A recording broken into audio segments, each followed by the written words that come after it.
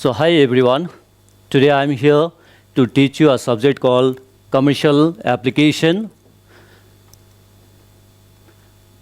A subject, Commercial Application, it is one of the Group 3 subject.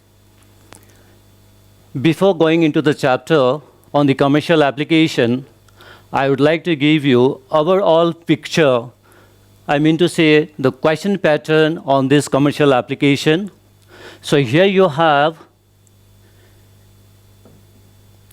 written paper of 100 marks and the project assignment of 100 marks. Now here, this project assignment when it comes to, I would advise you all to take this very seriously and submit your project assignment on time so that you get good marks, because at the end, the marks you get in your ISC exam depends on how good you do your project assignment. Here at least 4 projects will be given to you by your teacher, and it will be assessed internally. So doing the projects on time and submitting on time is very, very important here, right? Now I'll come back to the written paper here. Your written paper is of 100 marks. Total time given is 2 hours. Your written paper is divided into two parts, section A and section B. Under section A, you'll have 1, 2, 3, 4 questions. Question 1 will have 5 sub numbers. It will be A, B, C, D, E like this, which is 2 into 5 will give you 10 marks here. Likewise, you will have for number 2, 3 as well as 4. Question 1 is always based on give differences or distinguish between. If nothing is mentioned, you should write 2 points to get good marks here. Always give 2 points here if nothing is mentioned. Question 2 and 3 will be a straightforward question like why, where, how. And very important here is question number 4, which is based on justify. Justify for or against.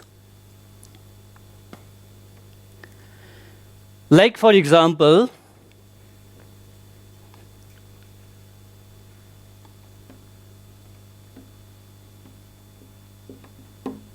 branded goods need no advertisement. This is a statement given to you. Either you can write your answer for or against, and yes, you got to give 2 reasons for this, and these reasons should be related to the statement here, right? So all this will have a total of 40 marks here, section A. Now I go on to the section B. In the section B, you will have question 5, 6, 7, 8, 9, 10.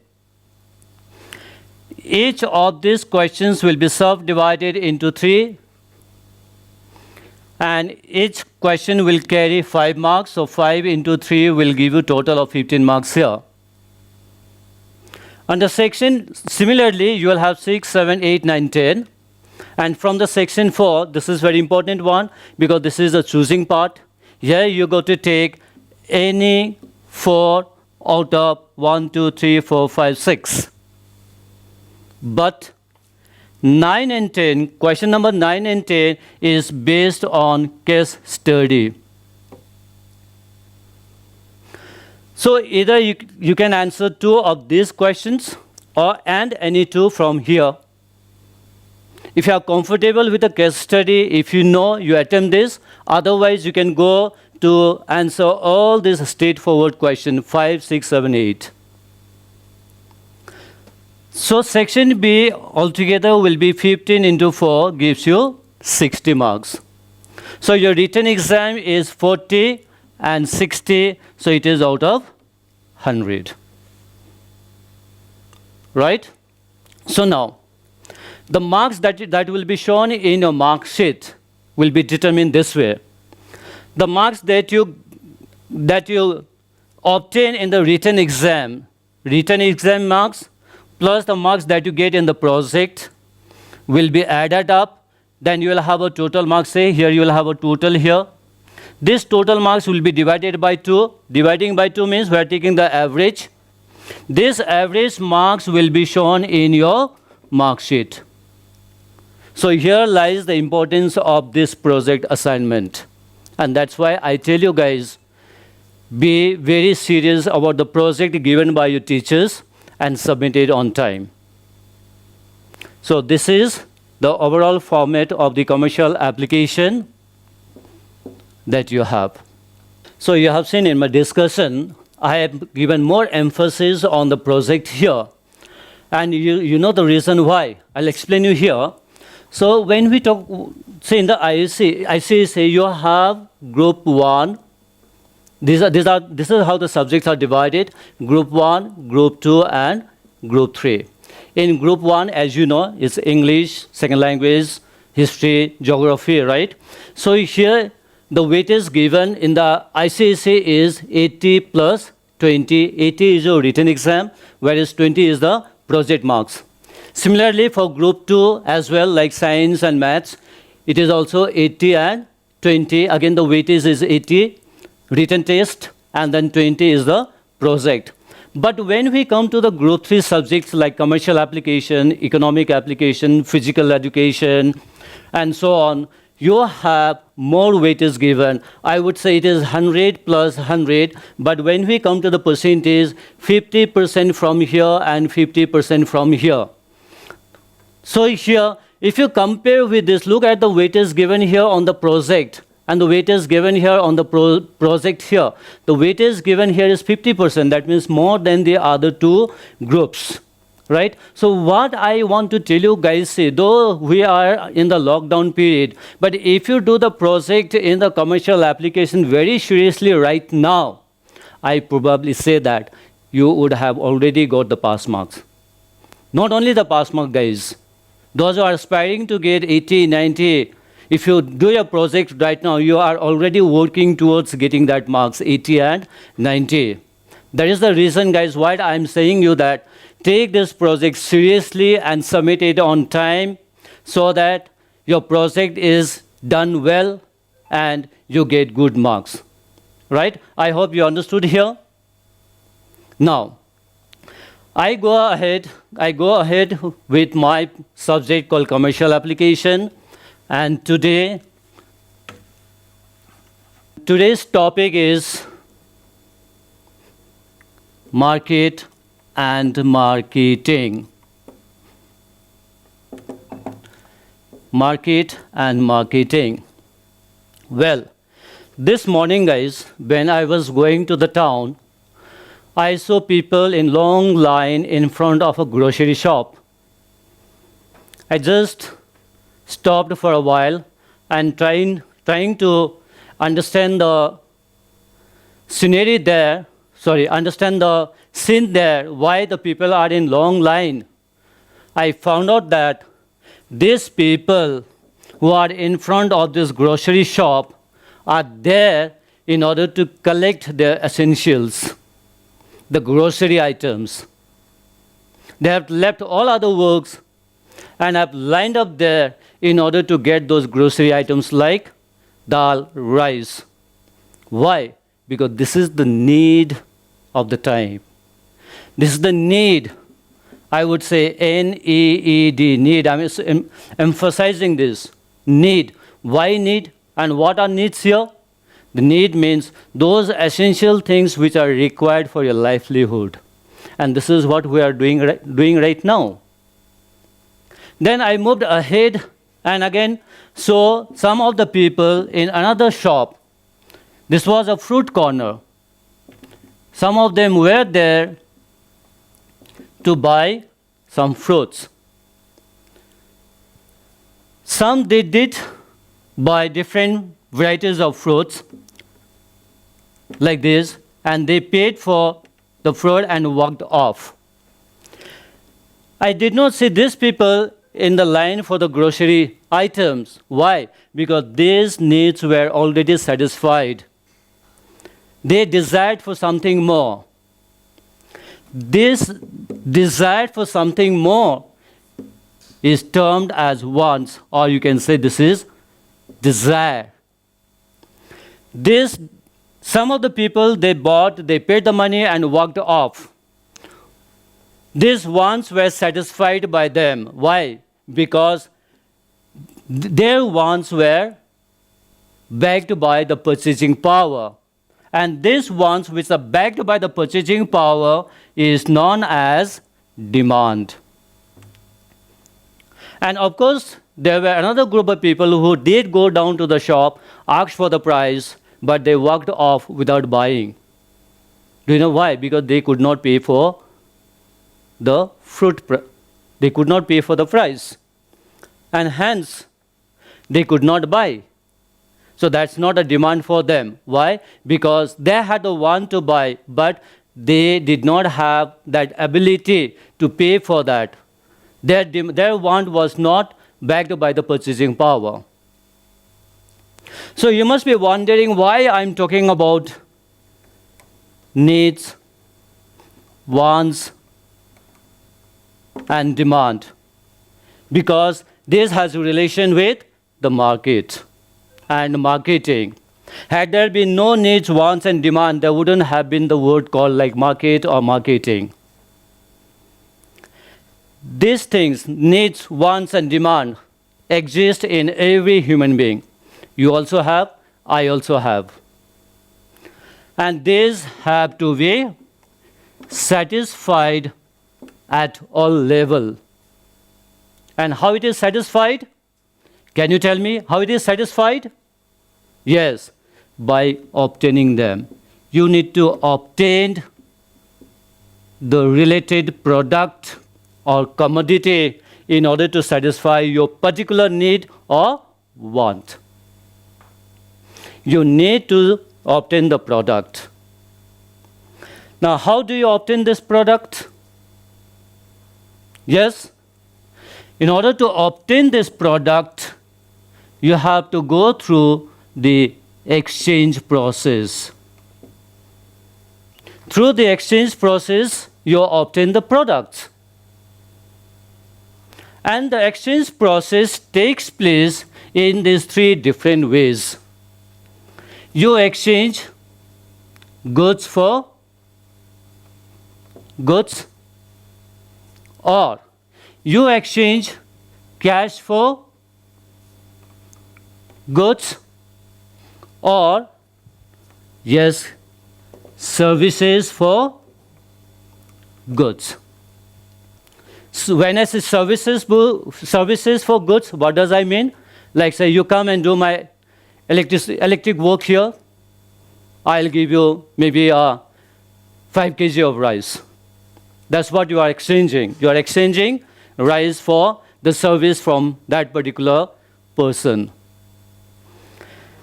Now, when you talk about this goods for goods, I would be going back to the olden days of barter system. In the barter system, what happens? Products or commodities were exchanged for another product or commodity. But before the barter system, we had an era of self-sufficiency.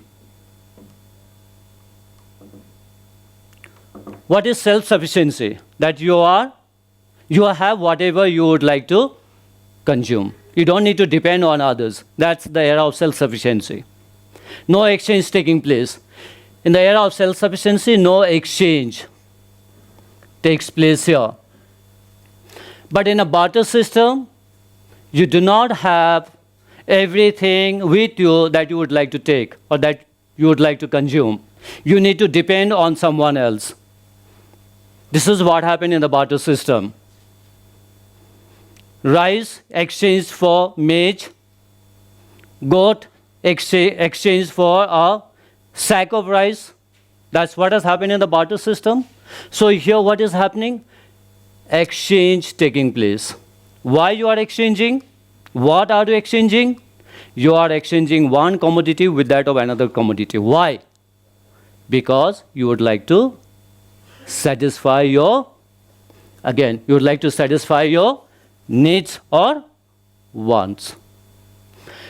Here, again, when you talk about the exchange here, how did this exchange take place in the barter system? You have here one section of people, another section of people here. This person has rice. He is having abundant, say, wheat. They want to exchange. He cannot come to this place. This person cannot go to his place. So they thought of meeting at a common place or a common platform. He comes here, he goes there, exchange takes place here in this particular place. You have a common place for commodity. Commodity exchange takes place. You have a common place for, say, cattle, where animals are exchanged. But you do have a common place, a common platform, where the exchange is taking place. This common place where the exchange takes place was known as market. This is how the concept of market evolved. Right? So, what did you understand, guys? What is market? Yes, market is a common platform where the goods are obtained through the process of exchange. This word market has been derived from the Latin word marketus. A Latin word marketus, which refers to a common place. Refers to what? A common place where business takes place. And since then, the word market has come into use. And today, the market is known by various terms like haat, bazaar. And we know in Kalimpong we say, I'm going to Kalimpong haat.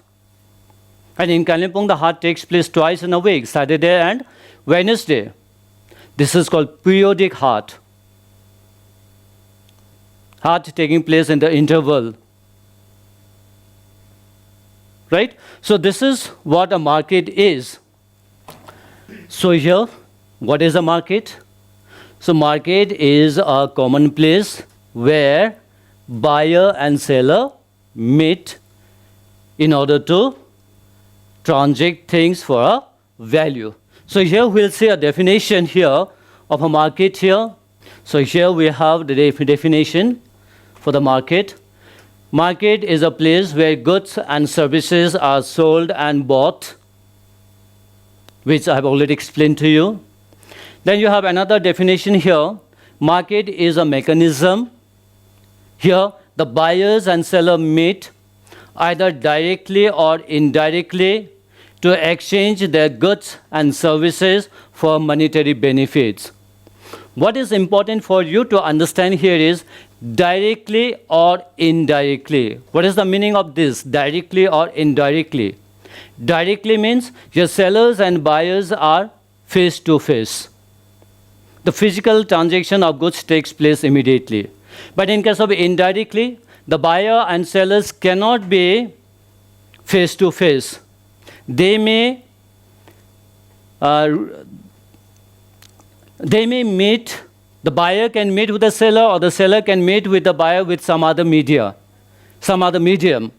Like say, they may meet through television, or they may make use of internet, or they may make use of post office in order to give the orders for the product. And the sellers might also reach out to the buyer through that medium. So that is called indirectly. And this is the most acceptable definition here. So this definition is widely accepted. So whenever you need to write in your exam paper, you go to write this one. Market is a mechanism. Here the buyers and sellers meet either directly or indirectly to exchange the goods and services for monetary benefits. Right? Now this is all about the market. So I'll go on to the another term, marketing. Now if you see in today's time, what do you see here? You will find two sections of people here. These are sellers. On the other hand, you have another sections of people called consumer or say buyers. What do the sellers do? They are also called marketer. They make goods and make these goods available to the consumer in their place at the right time. This is what the seller actually do.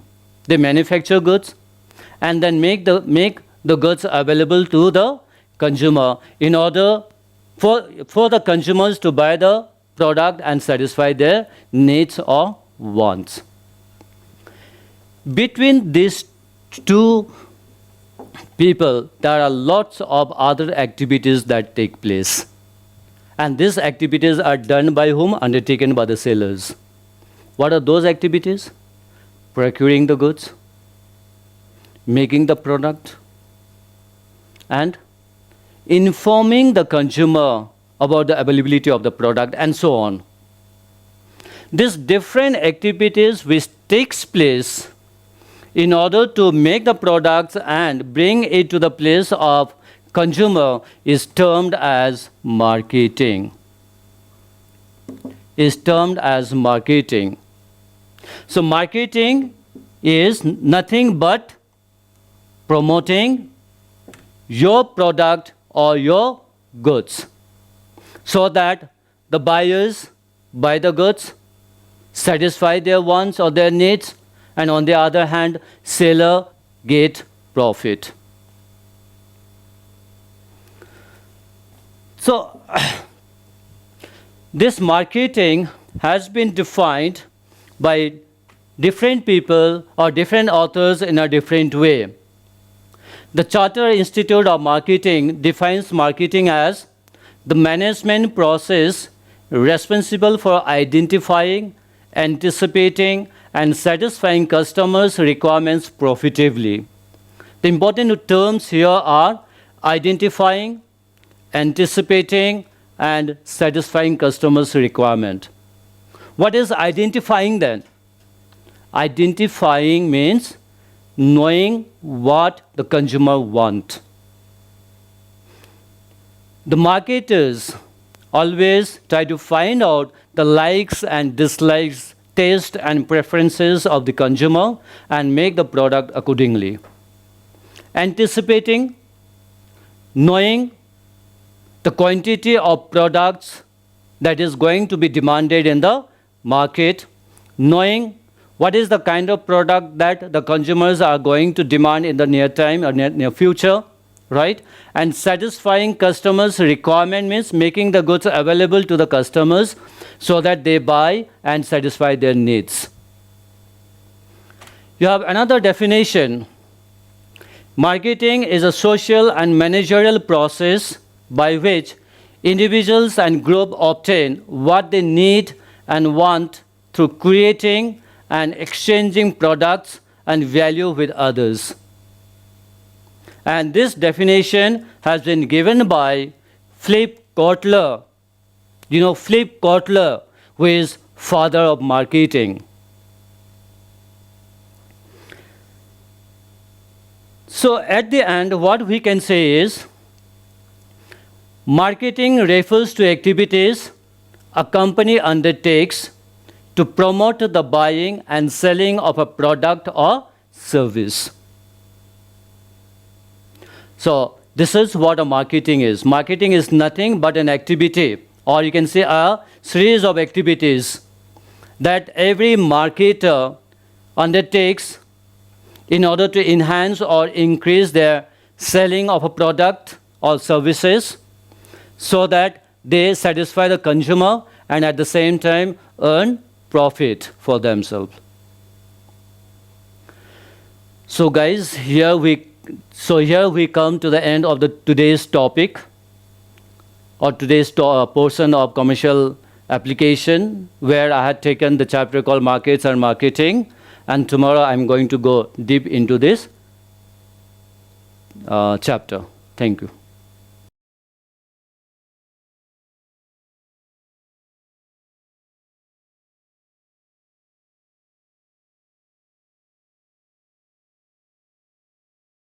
Hello and good afternoon, everyone.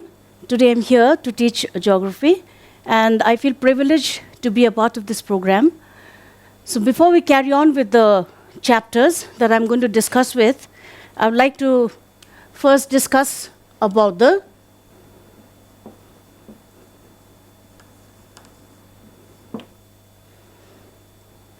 syllabus for this particular subject. Okay. Now the question pattern for class 10 is of 80 marks. Okay, section A carries 30 and section B carries 50. So section A has got two parts, two maps. The first is the survey map, which carries 20 marks. And the second part of it is the map of India here, which carries 10 marks. So 20 plus 10 makes up the 30. Now this part, section B, okay, section B has 9 questions, out of which you have to choose any 5. Okay, the 9 chapters. Now each chapter, the first one is the climate of India. Then we have soil resources, then we have natural vegetation, then we have the water resources, mineral resources, which comprises of both conventional and non-conventional. Then we have agriculture, food crops, cash crops, then industries based both on agro-based as well as the mineral-based, and then we have transport, and lastly is the waste management. So there are 9. In section B, you have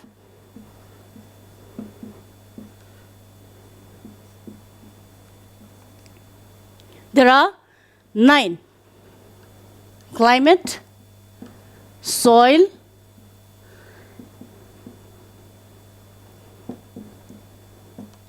natural vegetation, then we have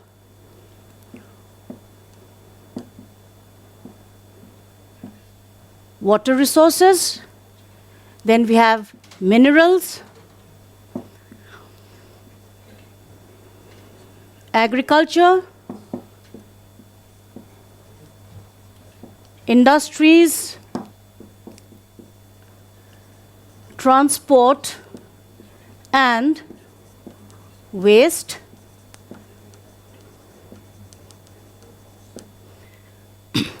management. Okay, so here you can make a choice of chapters for yourself. Out of 9, you have to do any 5. So 5 each of these carry 10 marks. So 10 into 5 will be 50. So 50 and 30, that makes up the 80. And then 20 marks, which is your project, that makes up the 100. Okay, so this is the syllabus. This is the question pattern. Okay, this is the question pattern and the syllabus that I've discussed over here for you all. Now, the chapter that I'm going to discuss, the few features or important points that I'm going to discuss about is the climate of India. Now, basically, as we know, okay, climate of a country is based on certain features or on certain factors, okay, that is the temperature, rainfall, atmospheric pressure, the wind system. So these are the factors that determines the climate of a country. Now, there are 2 factors. One is weather and the other one is climate. So you have to be able to understand, or you have to be able to distinguish between what is weather and what is climate, right? So weather is the day-to-day changes in the average condition of a particular place. Weather is the day-to-day changes. So depending on that, like that's why we have the daily weather report, okay, that comes on the newspaper or on the television, okay? So we call it as the weather because the weather can change within a short span of time also. Whereas when we talk about climate here, climate is the average of the weather condition which is studied, compiled together for a long period of time. Approximately we give for an average of around 35 to 40 years. So that is what is climate, okay? So climatic condition of a particular place is determined on certain factors, as I already said, that is temperature, atmospheric pressure, the wind system. So these are certain factors and the amount of rainfall a particular place receives. Now basically, the climate of India is influenced by two major factors, okay? The first factor is the Tropic of Cancer. Now if you look at this map here, okay, the Tropic of Cancer, which approximately divides the country into two temperature zones, okay? The northern part of it is the North Temperate Zone, and the southern part of it that happens to be within the tropical region is the Southern Tropical Zone. So the Tropic of Cancer plays a very, very significant role in determining the type of climate India experiences to the north of the Tropic of Cancer and to the south of the Tropic of Cancer. Okay? So this is a major factor. Now another factor which where the climate of India, when we discuss about this, is the Great Himalayan Range, also known as the Northern Himalayan Arc.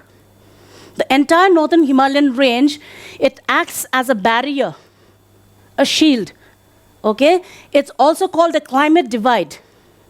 The Northern Himalayan Range is also called the climate divide because the entire Himalayan range protects us from the cold, bitter winds that blows from Central Asia or from Siberia. So the entire Himalayan range, which is these are the loftiest mountains, okay?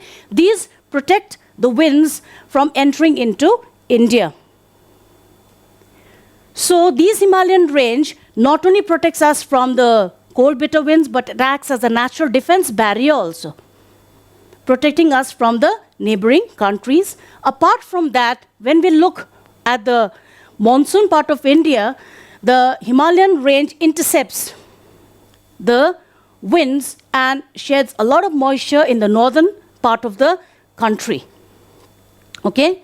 So this is to do with the two factors which basically you have to understand when we refer to, because this is normally asked in the ICC question as to what are the factors, or name one factor or two factors which determines the climate of the country. Okay, so the one is the Tropic of Cancer and the other one is the Northern Himalayan Arc, or the entire Northern Himalayan region that acts as a climate divide. Okay?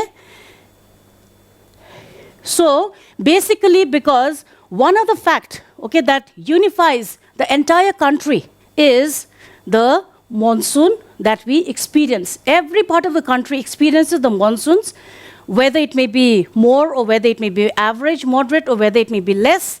But we do experience the monsoons, except leaving for some parts of Western India, which is the desert area, the desert region. Okay?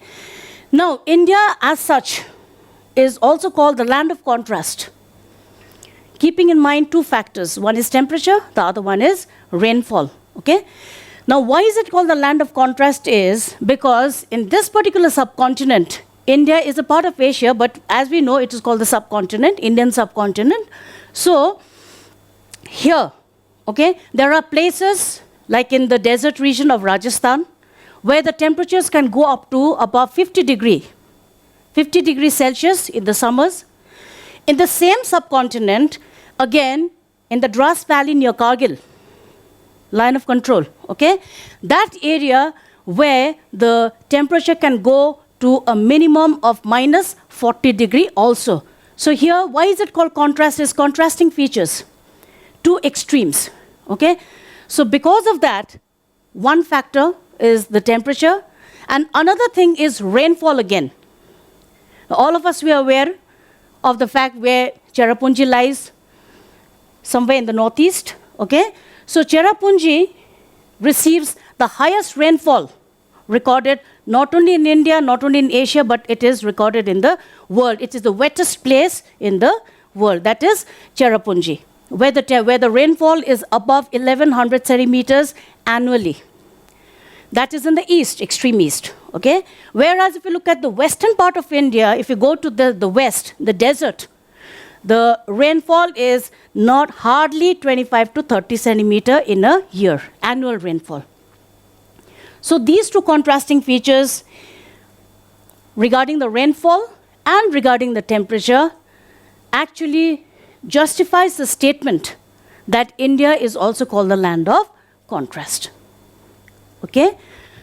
Now we move on with the factors affecting the temperature of a place. Now there are certain factors, okay, there are factors which affects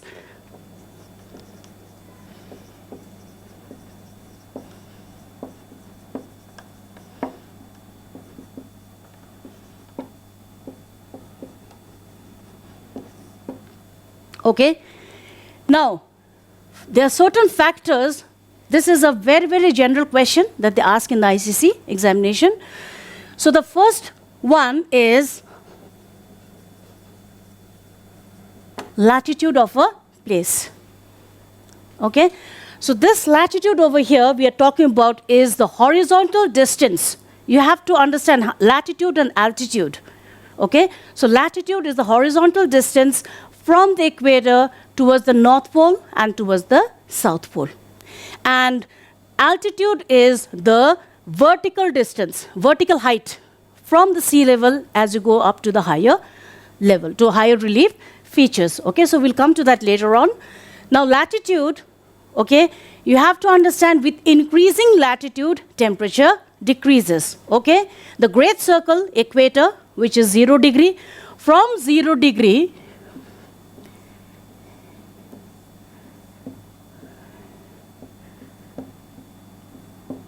due to the curved shape of the earth, all right, due to the curvature,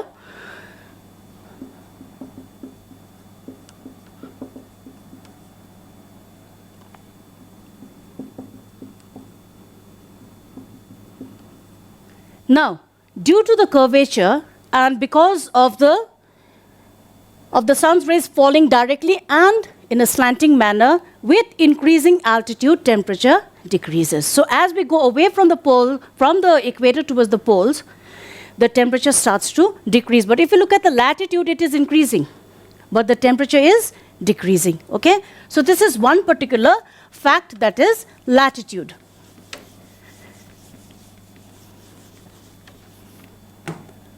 Another one is altitude. Okay? Now, even during the summer season, when it's very extremely hot, we are aware of the fact that hill stations are cooler than the plains. Okay? So I'll just draw a simple diagram here.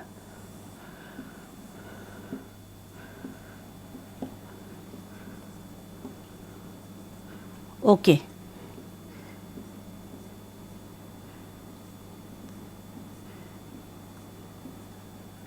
Now, with increasing height, temperature decreases. Okay?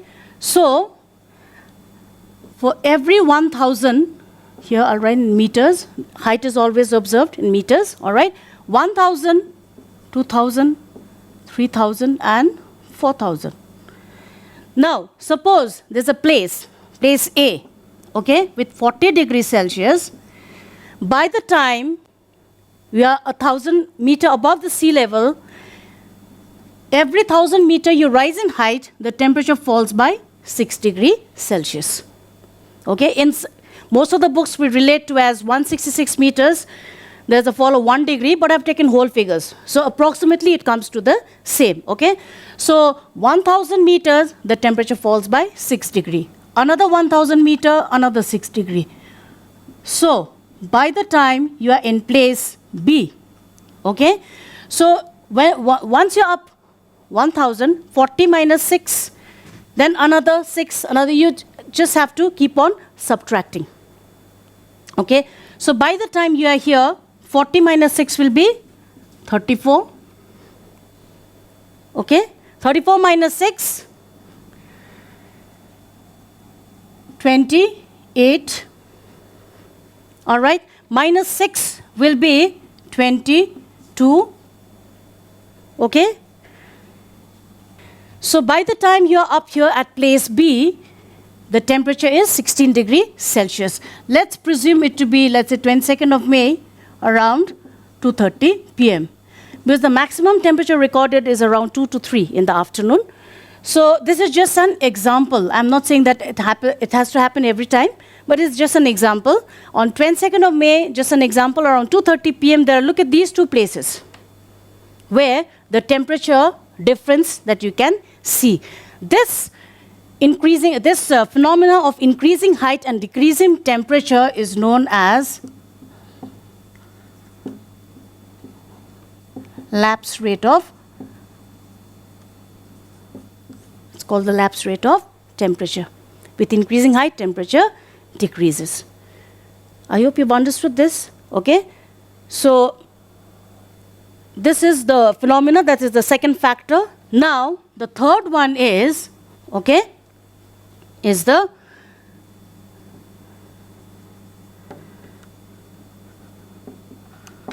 distance from the sea.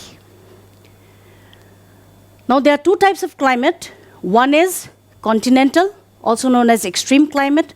Now this type of climate is experienced in places which is landlocked, no water bodies to influence them. And the second type of climate is, there are many names to it. They are known as the equable climate. They're known as the oceanic, marine, or maritime type of climate. So there are two types of climate. Okay, this is because of the factor, okay, that is distance from the sea. Because places located near the coast will always have a lower range of temperature, whether it may be annual range or it may be the diurnal range. Diurnal means the daily range of temperature.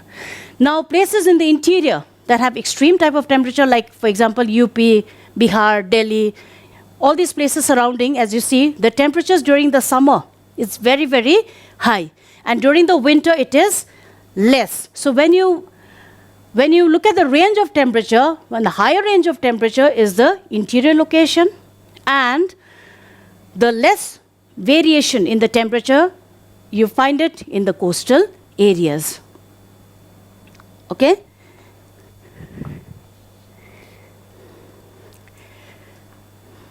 Now, as I've already discussed with you, one of the key features, okay, with the influence of the Himalayas. Now, the Himalayas also play a very important, that is why, as I said, it acts as the word itself, climate divide. Climate divide, because the Himalayas play a very, very significant role in the overall climate of the country. So the Himalayas protect us from the bitter winds blowing from Central Asia, from higher latitude. I'm talking about latitude, as well as the Himalayas are also responsible to intercept a certain section of the winds and cause rainfall or bring relief from extreme heat that the northern plains experience from the month of March to May. Because normally the monsoon season starts in the month of June and lasts till September. So the entire northern plains, which are very, very hot, where the temperatures have really reached its extreme, let's say, range together, altogether the Himalayas act as a barrier in order to deposit much of the moisture or the rainfall to the northern plains of the country. Okay? The next is the varied relief features. Now, all these things actually come under this particular term together. Okay? Varied relief features means there are places in very high mountainous areas, there are places in the foothills of the Himalayas, there are places which are in the plains also. So actually the parallel division of the entire relief features, we have the higher zone, the middle, and then we have the lesser or the plains, the outer regions also termed together. So depending on the places that are located at varied places, regions altogether, gives you a different type of climate, and one of the factor that affects the temperature of a place is the varied relief features. Okay? Now these are certain factors, because normally they ask you for either one factor, two factor, because geography, as you are all aware of, if you've been through the question papers, you'll find that the questions are all objective. Subparts of it also, the least can be half a mark, and the maximum can be 2 marks. So here I've already discussed 5 points. Okay? Latitude, altitude, distance from the sea, the Himalayas, and the varied relief features, topographical features. All right? Now,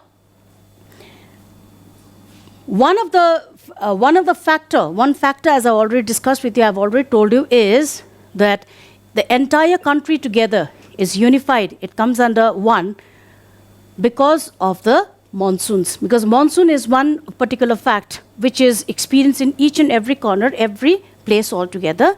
So, monsoons, first let me explain as to what is monsoon. Okay, monsoon actually is a large scale movement of winds. Okay, a seasonal reversal of the winds, that is for a period of around 5 to 6 months, and there's a reversal of it also, right? So monsoons are basically large scale land and sea breeze caused due to the differential heating. The key word over here is the differential heating of land and water bodies. Because there's a difference in the heating of land and water bodies, okay, the pressure system is also different. And one factor that you have to remember very carefully is that winds always blow from high pressure to low pressure. It's never the other way around. It's always from high pressure to low pressure. So monsoon winds are basically large scale winds that blow because of the differential heating of land and water bodies. All right? And monsoon is divided into 2 parts. One is the summer monsoon and the other one is the winter monsoon. Now, depending on the monsoons, all right, depending on the monsoons, we have 4 major seasons that we experience. Therefore, the seasons of India is divided, the entire year is divided into 4 seasons. Okay? Now,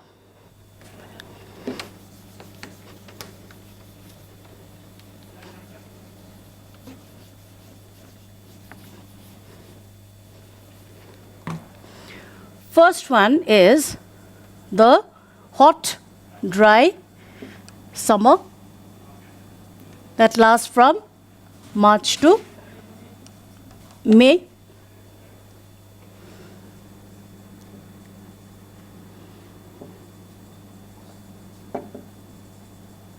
Or it's also called the season of the southwest monsoon.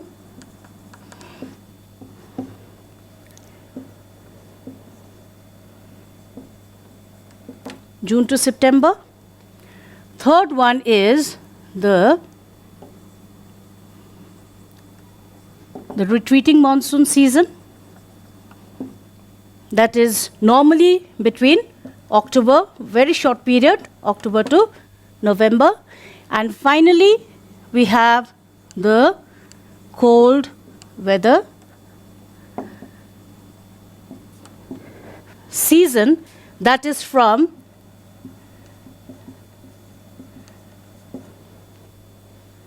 So these are the 4 major seasons that we experience every year. The hot, dry summer, March to May.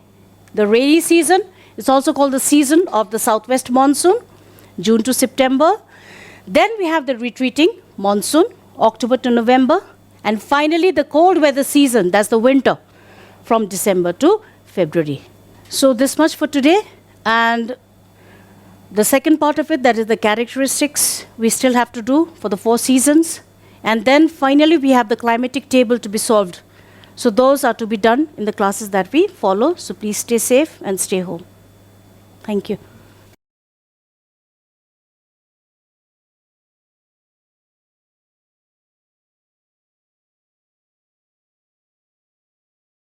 Hi everyone, we are back with the next part of the online classes for computer application. So today, let's see what we will deal with. We'll be dealing with data type, size of different data type, and assignment of values, okay? Now you must remember that when we write a program, in a program we need values. Program takes values, manipulates them, and then gives you an output. So any program you talk about deals with values. Now when we speak about values,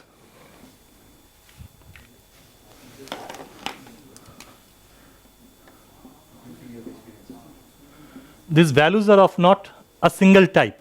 Like for example, say let me talk about someone's age. Someone's age, say let's say it is 16 years. Fine? Let's say that person's weight, let's say 55.4. That person's name, let's have XYZ. Okay, maybe that person is studying in a school in a section, say A, section A. So you see the different values are there. 16, 55.4, XYZ, and A. The program will use these values, manipulate them, and give you an output. Now, when we speak about these values, a program will first store those values in a memory location called a variable. Now, as you see, there are different values. The amount of space required in the memory is also different. Okay?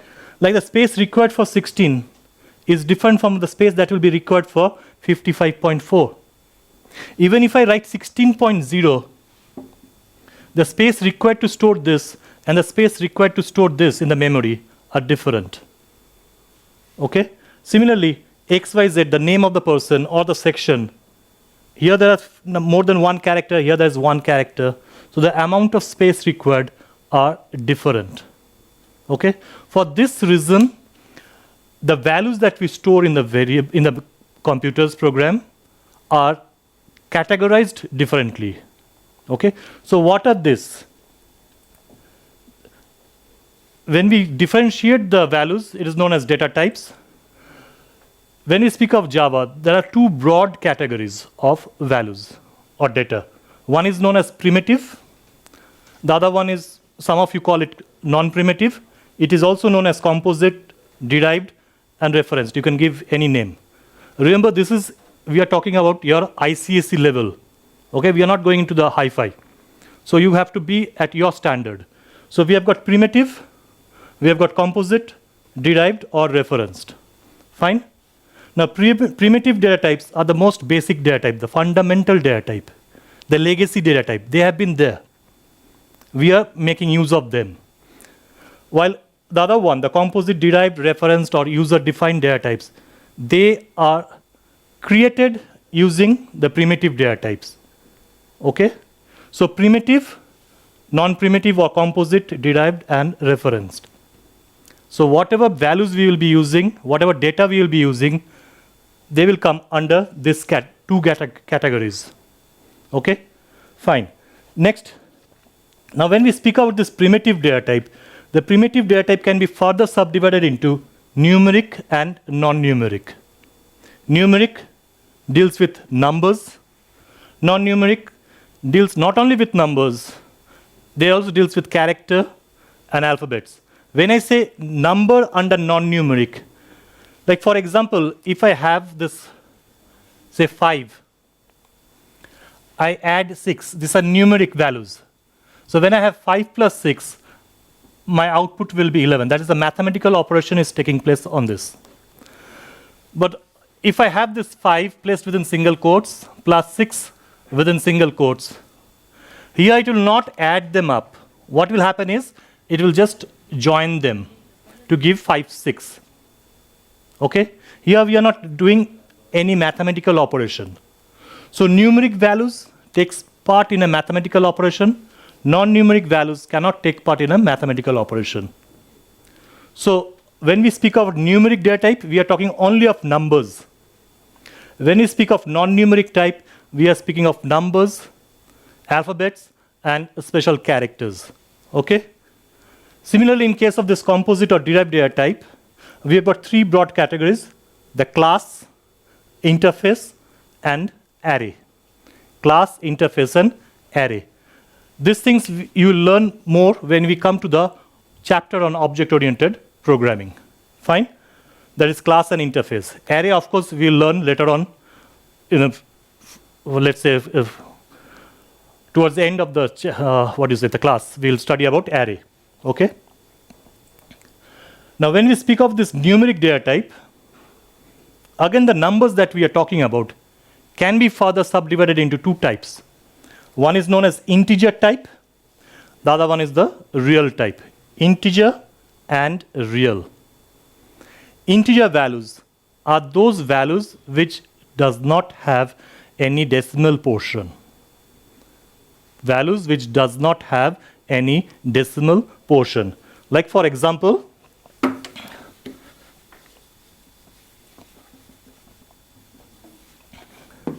I write 16. This is an integer value. No decimal portion, no fractional part. So this is an integer value. It can be a negative value also. Say minus 16. Both will be treated as integer value. On the other hand, when we speak of real value, we are speaking of values with the decimal portion or the values with the fractional part. Say for example, the same 16, the moment I write 16.0, this is integer, this become real. It can be negative also, minus 16.0. The moment we write fractional part, the decimal portion, it becomes real. When we don't write the decimal portion, it becomes an integer. So we have got two broad categories for numeric primitive data type, integer and real. For non-numeric, we have got Boolean type and we have got the character type. We are speaking about single character. Okay? So integer, real, Boolean, character. Boolean, remember, deals with only true and false, only two values. Either it is true or it is false. When we speak of character type, we are speaking of a single character, any single character. Say A. It comes under character type. Okay? So primitive data type, numeric, non-numeric.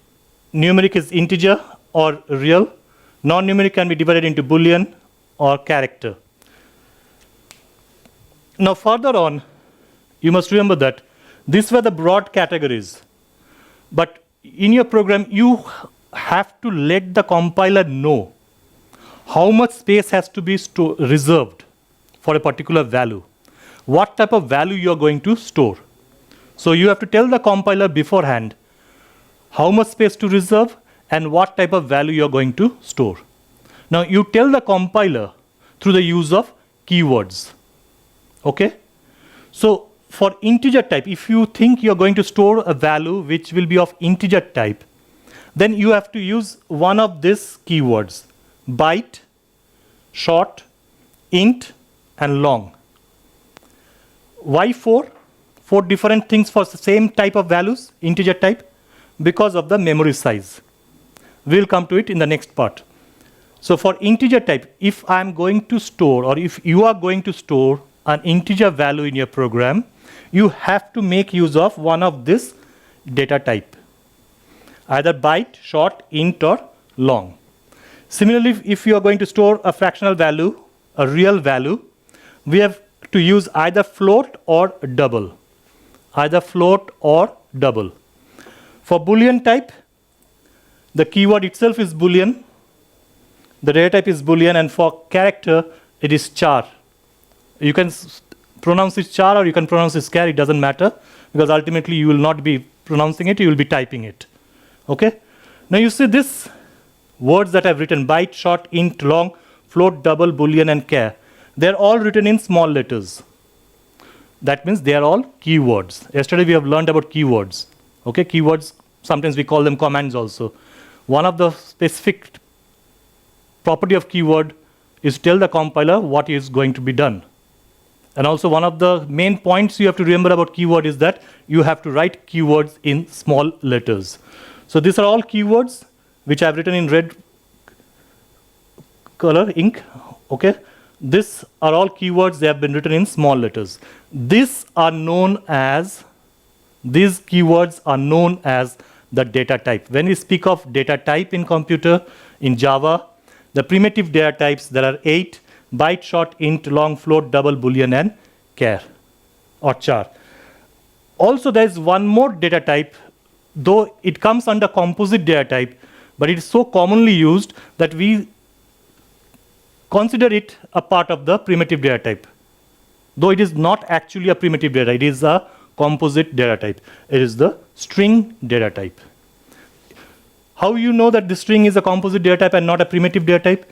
If you look, the first character of the word string, S, is written in capital letter. Remember, keywords cannot be in capital letter, they have to be written in small letter. But here we have used capital letter because this is not a specific keyword and it is not a primitive data type. It is a composite data type. It is actually a class, string class. So now when we speak about data types, we can speak about this 9 different data types: byte, short, int, long, float, double, boolean, char, and string. So whatever value you will be using in your program has to be one of this. And you have to be sure about what data type or which data type you are going to use in your program. Of course, at your level, the most commonly used data type will be int for integer type, float for real type, and of course string for one or more characters. Okay? Now let's come back to the reason why we have got here 4. Why we have got here 2. 4 integer data type, 2 real data type. Why we need them? As I had said earlier, this is for the different memory size. Like, for example,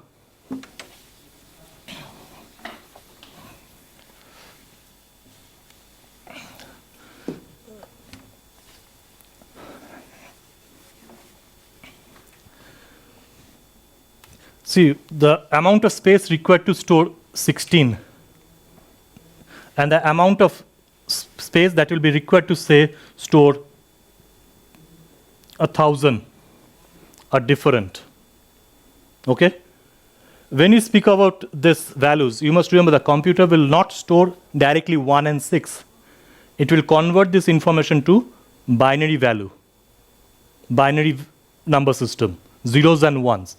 And then it will store those zeros and 1 in the memory space.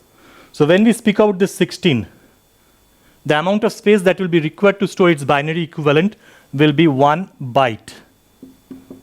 That is 8 bits.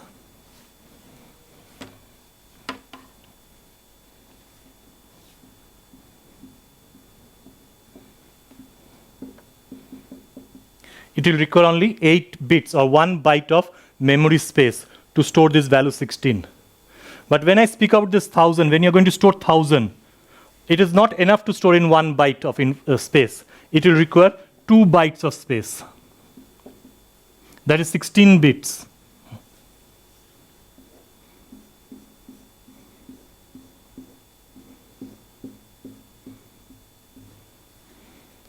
So to store 1,000, you require 16 bits of memory space, that's 2 bytes.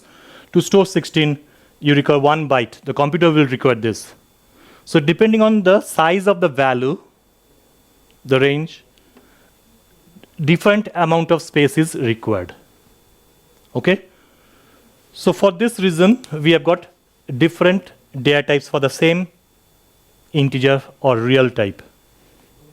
Now let's see what is the memory space for each data type.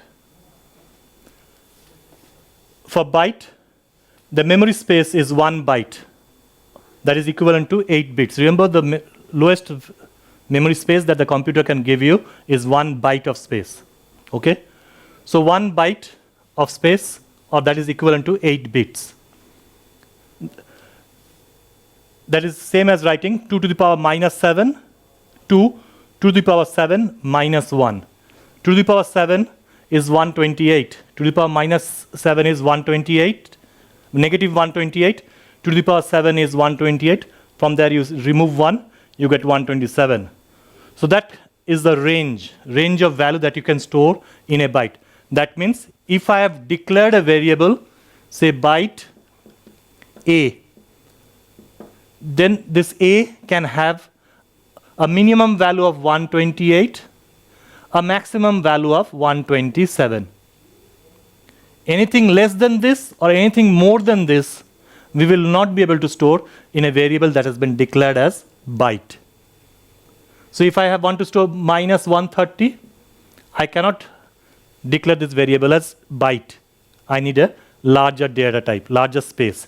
Or if suppose I want to store 500, again this will not be able to be stored. I'll not be able to store 500 in a data type called byte, because 1 byte of information, 1 byte of space is not enough to store 500.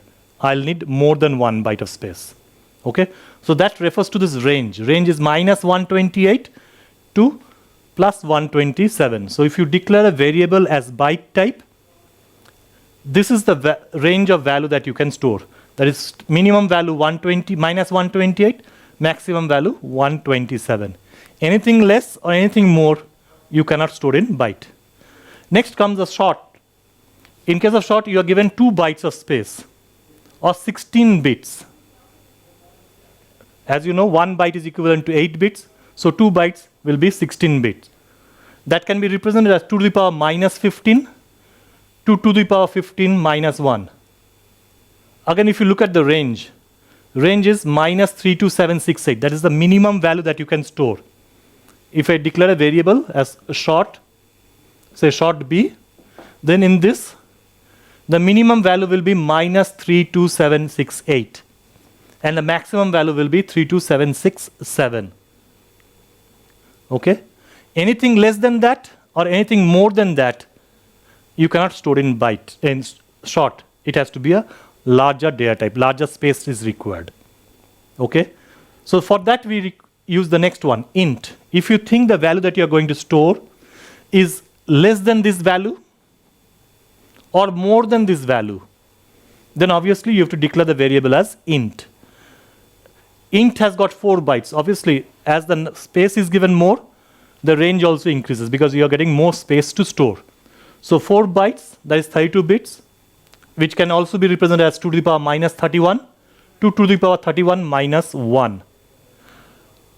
Range is quite big. You can see minus 2147483648 to the positive value 2147483647. Now you don't need to mug up this range. Is not required. What you need to know is this memory size. In section A, as remember yesterday we had spoken about the format of the question paper. You got section A and section B. In section A, sometimes you get questions related to this memory size. You might need to solve problems also in which you have to know this memory size. Okay? This is not that important.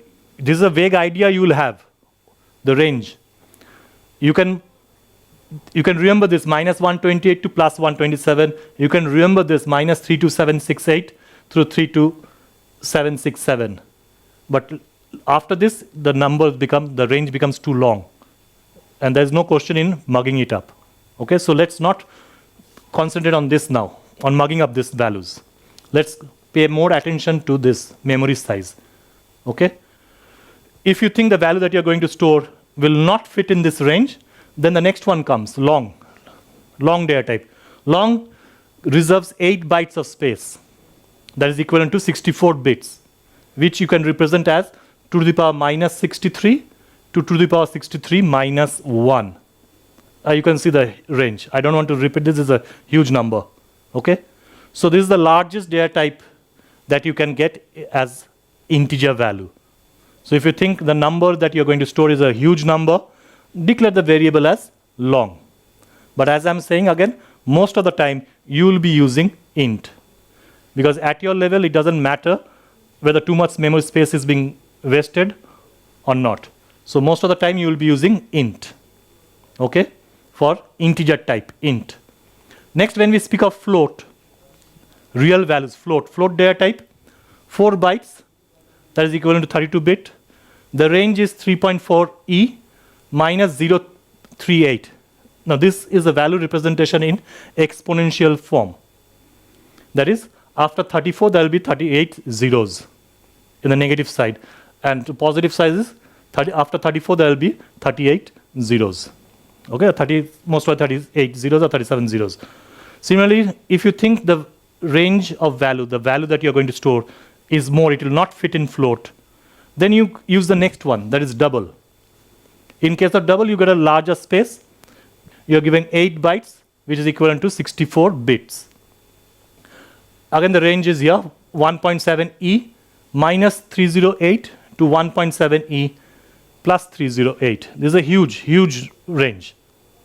Whatever you can think of values will go into this. Okay? Also, when we declare any value as float, when we use any value, say 16.7, if I have to store this as a float, say float a equals to this, then I have to write this f for float. Why? Because there's something called default values. Under default value, generally computer, whenever you give a fractional value, 16.7, normally it will take, or by default, computer will treat this as a double data type. So if you want to force this to become float, you have to write this f. That means you are telling the compiler that this value 16.7 is of float type. Otherwise, computer will try to treat this as double. And so for example, if I don't write this f, what happens is 16.7, I don't write f, then computer will treat this, or the compiler will treat this as double type,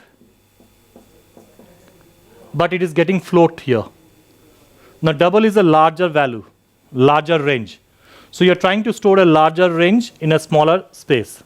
So it will give you an error, possible loss of precision error, and it will not allow you to store unless you rectify this by giving f. So once you write this f, it is no more double. You're telling the compiler that this is float type. So this side is also float, this side is also float, it matches, so it will store. Clear? So for real type, we have got float and double. Boolean, whenever you declare any variable as Boolean type, it actually requires 1 bit of space because it stores true or false. Remember, true is same as writing 1, false is 0. Now when we speak of a single bit, remember bytes are made up of 8 bits. So when I'm speaking of a single bit, this bit can either store 0 or it can store 1. Either 0 or 1, no other values. So 0 is equivalent to false, 1 is equivalent to true. So when you are using Boolean data type, you are storing either true or false. Then for chart type or cat type, you can store a single character, but for the single character, computer will reserve 2 bytes of memory space. For your level, remember, it is not the character that will be stored, it is the character's ASCII code that will be stored. The character's ASCII code that will be stored. So it is a numeric value that will be converted to binary and that will be stored. String is actually a combination of more than one character. So here we are not dealing with any specific memory size or the range. Okay? So these are your data type and data type's size. Now you know why we need data type, so that we can differentiate the values that we are going to store. Why we need to know the memory size? Because based on the value that you are going to store, the memory will be allocated in your program. Clear? So this is data type and data type's size. Okay, now we move on to assignment of values. Like as we know, as I've been telling throughout, that your program, when you're using, you will be required to store values. When you store values, we call them assignment of values. Okay? Now generally there are 2 ways in which you assign a value. One is static assignment, the other one is dynamic assignment. When we speak of static assignment, this is the assignment when you store a value, when you're writing the program, when you're coding the program, when you're writing down the program code. Okay. For example, I write a program in which in the beginning only I write int a equals to 10. And then I write system dot out dot print a. Now this program segment, in this the value of a is fixed 10, because when I am writing the program I have given this value 10. Now I may execute this program thousands of times. The value of a will not change. It will keep on printing the same 10, 10, 10, 10, 10 as many times as I want. Even after 10 years, if I come back and I print this segment, it will print the same thing. Okay? But in most of the programming, you cannot have a value that is fixed. It defeats the purpose of the program. The program should be able to take new values and carry out the same process and give a result that will depend on the values that you have entered. For this, we require dynamic assignment. Dynamic assignment is also known as runtime assignment. That is, when you are running the program, when you are executing the program, that time the program will ask for the values. The user has to input the values. Those values will be taken into the program, assigned to the variables, and then executed. Okay? For example, in this I write only int a. I don't give a value. Okay? There I had given a value. Here I am not giving a value. Int a. And then I ask the user system dot out dot print give a value. Okay? And then I write a equals to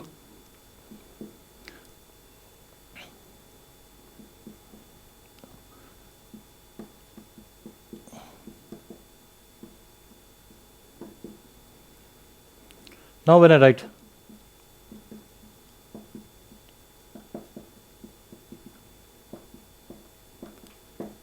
of course, there are a lot of other part of the code which I have not written. This is only to explain you the difference between this and that.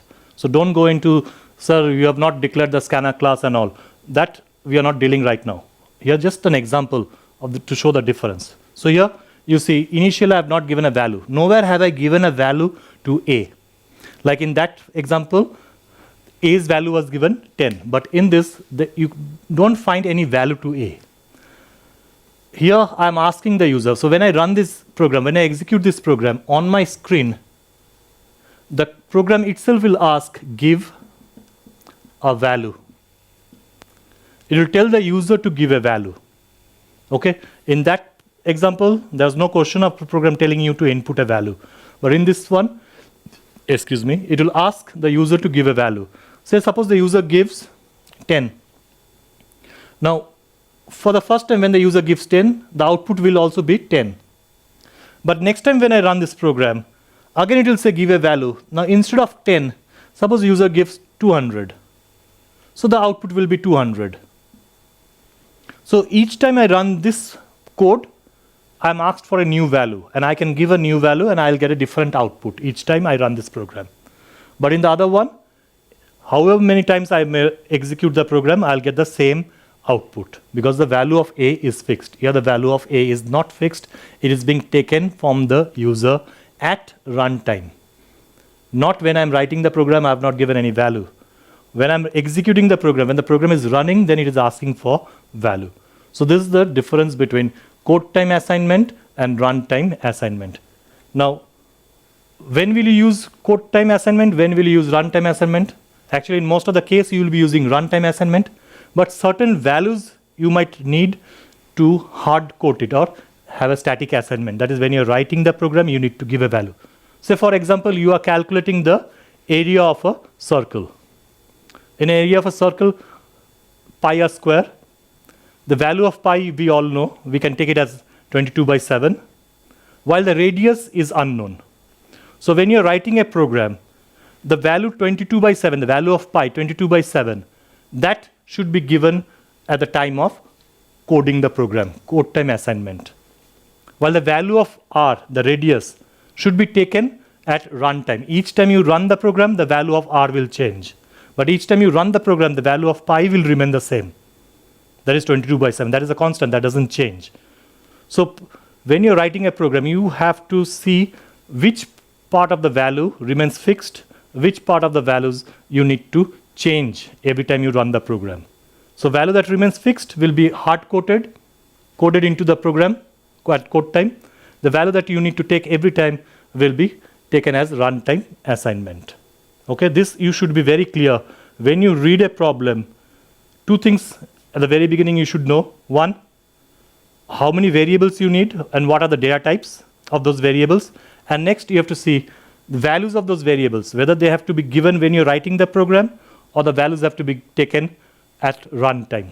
Okay, these two things you should be very clear when you're reading or analyzing the problem given to you.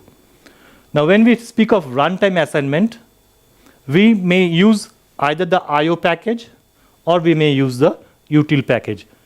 For your ICSE, you may use any of them. There's no hard and fast rule that you have to use util package or you have to use IO package.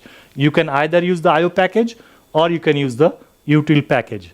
If you're using the IO package, you may use the buffer reader class or the input stream reader class. Some of you most probably know about this buffer reader and the input stream reader. If you're using the util class, of course it is the scanner class. So when you're using runtime assignment, you have to either use IO package or you have to use the util package. And then one of the class, either you use the scanner class or you use the buffer reader class and the input stream reader class. Okay, so now let's write a program to implement this runtime assignment. Okay, so let's write a program.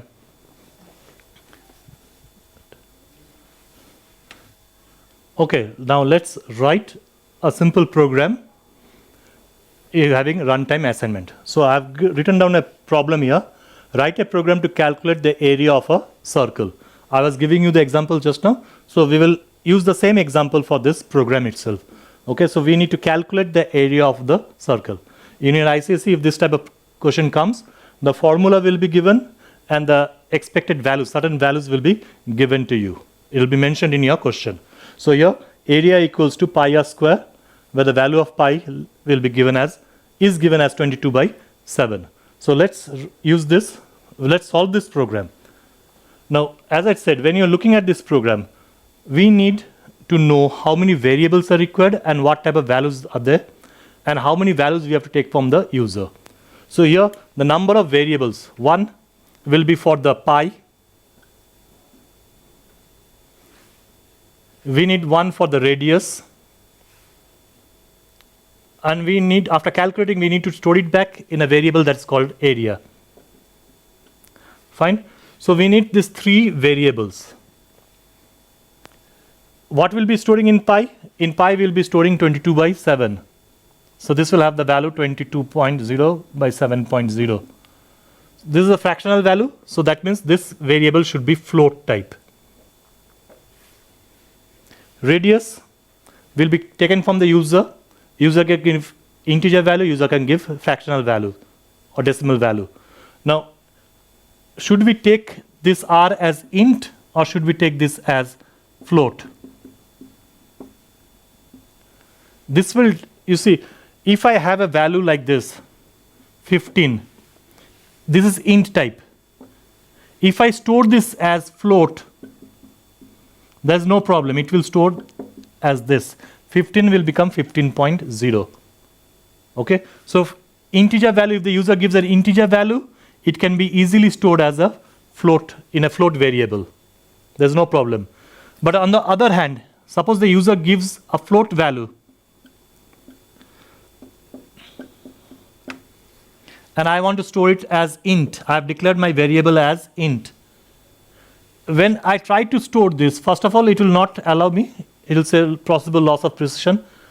But for the sake of understanding, even if I store this, what will happen is it will store 15. This fractional part, 0.5, the decimal portion, will not get stored. But in programming, it will not allow. But just for our understanding, if I try to store 15.5 in a variable that is of int type, then the fractional portion is not stored. So this value 15.5 is not same as this. 15 and this are not same. But here they are same. 15 and 15.0. That means I can declare the variable as float, and then the user can give a value as int type or float type, it doesn't matter. So R should be declared as float or double. Similar, since we will do some calculation on float, the area is also float type. Again, remember, I can declare them as float or they can be declared as double. If you declare as float, float is single precision. That means it will go up to 7 places after decimal. Double is double precision. It will go up to 15 places after decimal. Okay. So now we know what are the variables that we need. What are the data type of the variables. Out of this value is already given. So this will be assigned during code time. This value of R is not given. So this value of R will be taken as runtime assignment. So one value is code time assignment, one value will be runtime assignment. So now let's write the program. Okay. We will be using the scanner class. So let's give a comment here. Area of a circle. Fine. Next we do is import the package, that is import java dot util dot asterisk. You can write asterisk or you can write scanner here. Asterisk means all the classes that is present in this util package will be available for my program. Or I can specifically mention the class name. So import java.util.asterisk. Then we create, remember yesterday I said, first thing you need to create a class. So public class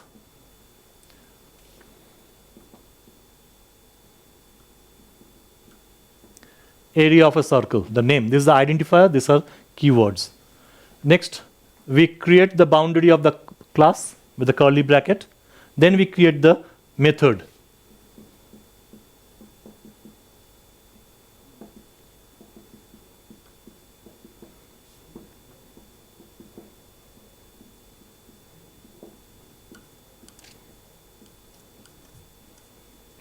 So my method is ready, class, then method or function, the main function. Now within this I'll write all my process. Okay, first let's create an object of the scanner class.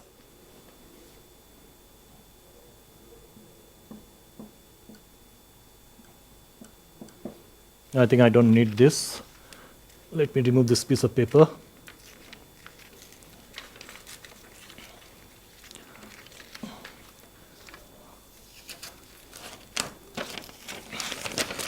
It is disturbing. Fine. Okay.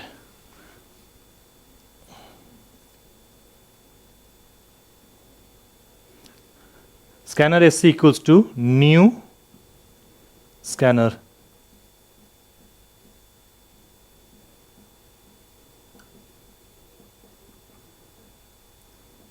Okay, I have created an object called SC, which is of scanner type.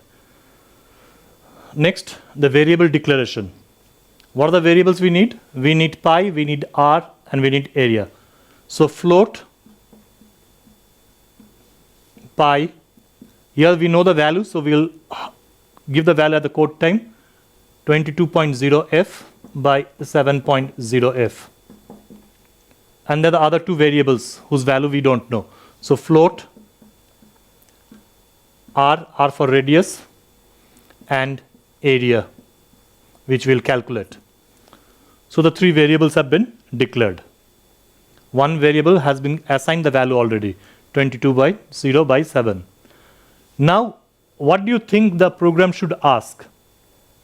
The program should ask the user to input the radius of the circle. Remember, your program should interact with the user. Otherwise, the user will get a blank screen. If you are suppose you are the user and you see a blank screen, you don't have any idea what the program is going to ask you, whether you have to enter one variable, one value, or you have to enter multiple values, or whether you need to enter any value or not. So you should always make your program interact with the user. How do you make the program interact? By writing into the program the system.out.print statement and a remark, so that when you run the program, the remark will be visible to the user. So here I write down system.out.print /n. This is an escape sequence character, /n escape sequence character.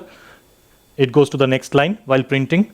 What I need the user to know, the user should be able to print, give the radius. So I'll write here, enter the radius of the circle.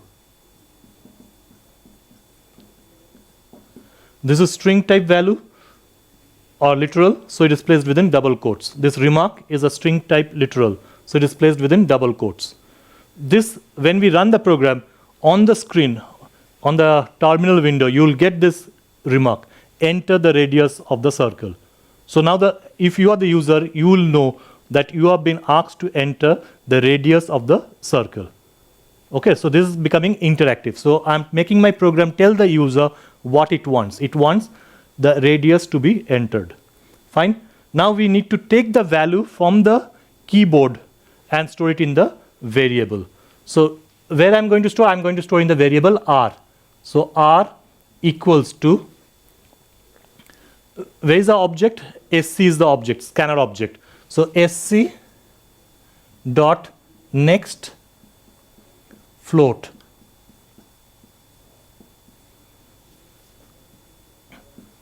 Next float is a function of the scanner class. Okay, so sc.nextFloat will read the value from the keyboard and assign it to the variable r.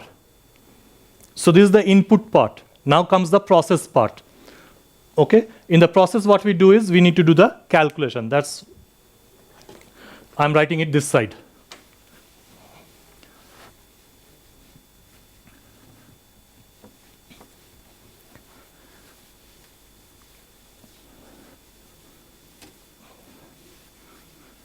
Fine. The process is to calculate the area. So in which variable we are going to store? We are going to store it in the variable called area. So area equals to, what was the formula? The formula was pi r square. So area equals to pi. We are not using this symbol, we are using the variable pi. So it will be pi. Have I used, what have I used? Okay, I have used capital. So this, since it is capital, I have to use here capital P, pi, r. This is a multiplication symbol, asterisk. So pi into r into r. You may use r into r, or if you know maths library function, you may use pi into math.pow, then within bracket r comma 2. That is a complex thing, so let's not go into that. It's a simple pi into r into r. This is same as this, remember. So the calculation part, the process is done, the value, the resultant value will be stored in the variable called r. So now we need to display the output. So again, to display, we need to use the system.out.print. So system.out.print, again /n, the area of the circle equals to close quotes plus the variable.